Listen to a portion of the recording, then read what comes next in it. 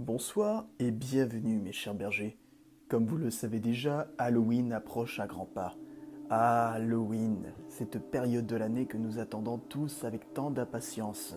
Se promener dans les rues déguisés en créatures des plus effrayantes pour demander des friandises, se faire des farces entre amis. Mais c'est aussi un excellent moment pour pouvoir se réunir entre tous et se raconter au coin d'un feu des histoires à vous glacer le sang. Et c'est exactement ce que je m'apprête à faire en vous racontant quelques légendes urbaines de différents folklores du monde entier. Allez, installez-vous bien confortablement, que ce soit dans votre fauteuil ou même dans votre lit.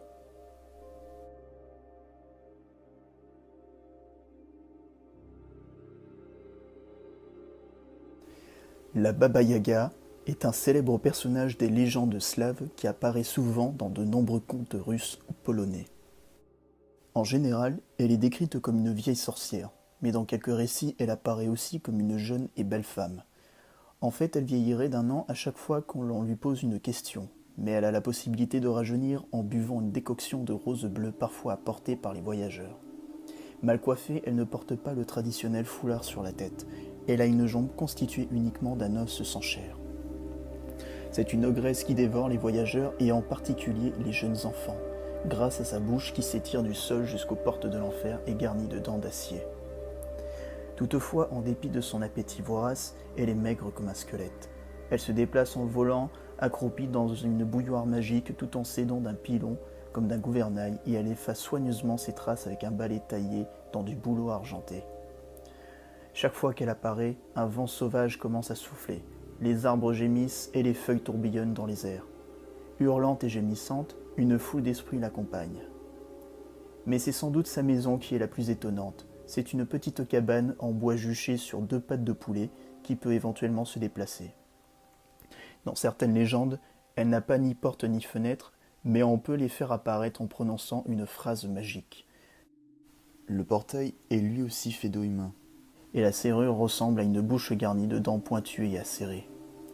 Quand un visiteur entre dans sa cabane, Baba Yaga lui demande s'il est venu de son plein gré ou s'il a été envoyé.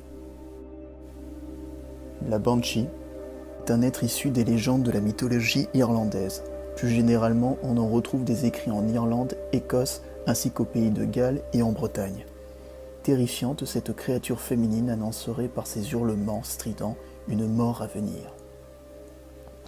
La Banshee, Banshee ou Bansidé en gaélique irlandais, est avant tout décrite comme une femme blafarde, habillée d'une longue robe blanche fantomatique.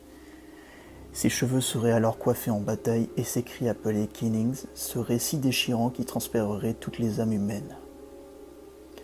Aussi la Banshee est par définition un être en douleur qui manifeste sa souffrance par de véritables cris inhumains. Ses hurlements seraient d'ailleurs d'une telle intensité qu'ils blanchiraient les cheveux de celui qui les entend.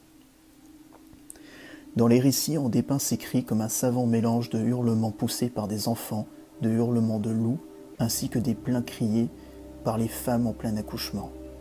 Ajoutez à cela le cri de l'oie sauvage et vous aurez alors une bonne idée de la cacophonie insupportable d'un hurlement de Banshee.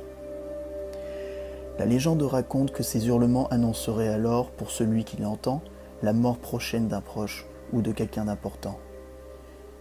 Beaucoup d'ailleurs l'assimilent à une figure voisine de la grande faucheuse, à ceci près que la Banshee ne fait qu'annoncer la mort, elle ne la provoque jamais.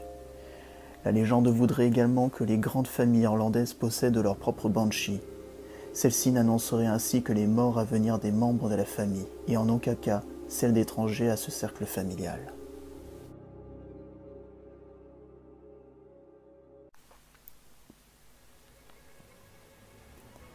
Le Wendigo est une créature surnaturelle, maléfique et anthropophage issue de la mythologie des Amérindiens algonquiens du Canada qui s'est étendue à tout le folklore d'Amérique du Nord. La légende du Wendigo est partagée par plusieurs nations amérindiennes et peut désigner la transformation physique d'un humain après la consommation de viande humaine comme une possession spirituelle. Les Wendigos vivent dans les profondeurs de la forêt et apparaissent dans des contes où le surnaturel côtoie des choses inhumaines et atroces. Parmi les histoires qui circulent, ils sont solidement ancrés dans les légendes amérindiennes où ils tiennent une place importante. Le Wendigo était émacié à un point extrême, sa peau desséchée tirait étendue sur ses os. avec ses os poussant contre sa peau elle-même de la couleur des cendres grises de la mort, et ses yeux repoussés au plus profond de leurs orbites. Le Wendigo ressemblait à un squelette récemment déterré de sa tombe. Ses lèvres étaient en lambeaux, souillées de sang et de souffrance et de suppuration de la chair. Le Wendigo dégageait une odeur étrange et inquiétante de la dégradation et de décomposition, de mort et de corruption. Cette créature est associée au péché de gourmandise, de cupidité ou d'excès en tout genre. Elle n'est jamais satisfaite après avoir tué une personne pour la dévorer et se met constamment à la recherche de nouvelles victimes. Dans certaines traditions, l'homme qui est dominé par la cupidité pourrait se transformer en Wendigo, le mythe devenant ainsi une façon de prôner la coopération et la modération. Parmi les Ojibwe, les cris de l'Est et les Inuits, les Wendigos sont décrits comme des géants plusieurs fois plus grands que les êtres humains, une caractéristique absente du mythe algonquien dans les autres cultures. Chaque fois qu'un Wendigo mange une autre personne, il grossit en proportion de ce qu'il vient d'avaler et ressent à nouveau la faim, de sorte qu'il n'est jamais rassasié. Les Wendigos sont donc constamment à la fois gavés et en état de famine. Bien que la plupart des contes présentent le Wendigo comme étant un cannibale dangereux et violent, l'hôte peut encore essayer de vivre loin de la civilisation au plus profond des bois pour empêcher quiconque d'être sa prochaine victime. Quelques personnes habitées par la créature se suicideraient même pour éviter de blesser quelqu'un. Certains contes mentionnent aussi le Wendigo comme un géant de glace squelettique ou un géant squelettique au cœur de glace, ou comme une bête monstrueuse mi-homme, mi-animal, proche du loup-garou, ou encore un grand homidé proche du Sasquatch. Il peut aussi être un esprit mauvais qui hante la plupart du temps les bois subarctiques à la recherche d'un hôte pour l'aider à satisfaire son envie physique de chair humaine. La créature est caractérisée par son extrême cruauté envers ses victimes et son goût immodéré pour la chair humaine. Il peut aussi prendre une forme d'ombre, mais toutes ces formes ont en commun un cœur de glace, particulièrement visible lorsqu'il est sous forme de squelette. Sa partie humaine aurait naguère eu le cœur brisé par un humain et c'est pourquoi il serait gelé à tout jamais. Une version Sioux le décrit comme un esprit malfaisant qui déchiquette et dévore tout ce qui vit.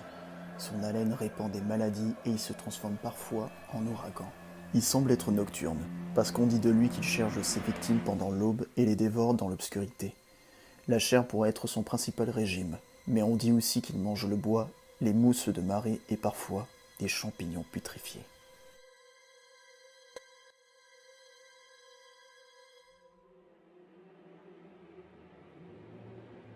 La légende du Chupacabras débute autour de 1992, lorsque des journaux portoricains El Vocero et El Nuevo Día commencent à rapporter la mort de plusieurs types d'animaux, comme des oiseaux, des chevaux et, comme l'indique le nom de la créature, des chèvres. À ce moment, le Chupacabra est connu sous le nom de El Vampiro de Moca, puisque les premières victimes sont trouvées dans la petite ville de Moca. Au tout début, les membres d'un culte satanique sont soupçonnés d'avoir commis ces tueries au hasard. Mais ensuite les tueries s'étendent autour de l'île et plusieurs fermes rapportent la perte de vie animale. Les carcasses ont toute une chose en commun. Chaque animal trouvé a un trou dans le cou et s'est vidé d'une grande partie de son sang, également parfois d'une partie de ses organes internes.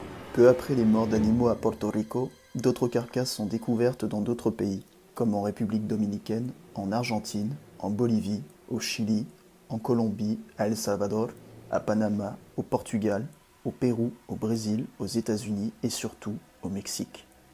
À Porto Rico et à Mexico, le Chupacabras devient une légende urbaine. Le Chupacabras est considéré par les Mexicains comme le produit d'une hystérie collective, alors que d'autres pensent qu'il s'agit d'une piètre explication à des morts animales résultant d'attaques d'origine inconnue. Chupacabra, au pluriel en espagnol chupacabras, signifiant suceur de chèvre, est une créature qui est décrite par des témoins comme ayant des yeux rouges, 2 trous pour les narines, une bouche avec des crocs saillants vers le haut et vers le bas, et serait couverte de poils noirs. Elle ressemble selon certains à une chauve-souris, ou au prétendu extraterrestre de l'affaire Roswell. Elle fait partie de la culture populaire dans toute l'Amérique latine, notamment au Mexique et sur l'île de Porto Rico. L'animal se nourrirait en suçant le sang des animaux de ferme comme les chèvres ou les vaches, en faisant des trous parfaitement circulaires dans le cou jusqu'au cervelet, tuant l'animal et ne provoquant aucune souffrance.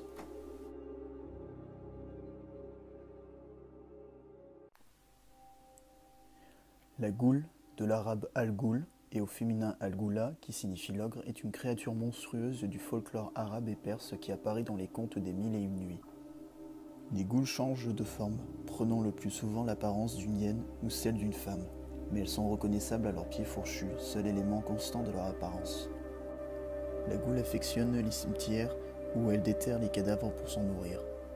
Elle hante aussi le désert sous les traits d'une jeune femme et elle dévore les voyageurs qui succombent à ses appels.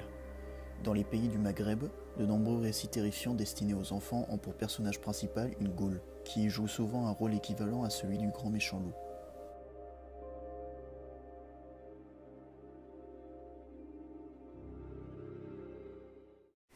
Et voilà mes chers amis, c'est la fin de cette vidéo. J'espère qu'elle vous aura plu. Je ne sais pas si vous l'avez remarqué, mais le ton de ma voix dans cette vidéo a énormément changé par rapport aux précédentes où elle était vraiment démesurément grave. Mais ça c'était dû à un petit souci lors de l'enregistrement. Alors oui, ça nous arrive souvent d'avoir des petits soucis techniques, de faire des erreurs comme tout le monde, mais le plus souvent c'est par nos erreurs que l'on apprend. Gardez bien ça en mémoire car c'est valable pour tout. Ah bah tiens, je me souviens pas avoir mis ça dans le script. Enfin bref, on va dire que c'est le petit bémol. Comme d'habitude, n'hésitez pas à lâcher un pouce bleu de la fraternité et à partager tout ça, c'est gratos. Vous pouvez aussi nous retrouver sur Facebook, Instagram et Twitter, le 7ème berger. Tous les liens sont sur la description de la vidéo. Et avant de se quitter, on va jouer à un petit jeu.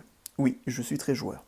Le jeu consiste à ce que vous écriviez en commentaire une légende urbaine, quelle que soit sa nationalité, mais il faut que ça soit quelque chose en dehors de ce que j'ai cité dans cette vidéo. Une fois fait, je procéderai à une sélection pour en faire une deuxième vidéo. Alors à vos marques, prêts, à vos claviers. Ou à vos touches si vous avez un portable. Sur ce, je vous dis portez-vous bien, passez un excellent Halloween, ne mangez pas trop de bonbons car ça donne des maux de ventre et des caries, et à la prochaine pour de futures vidéos. Ciao!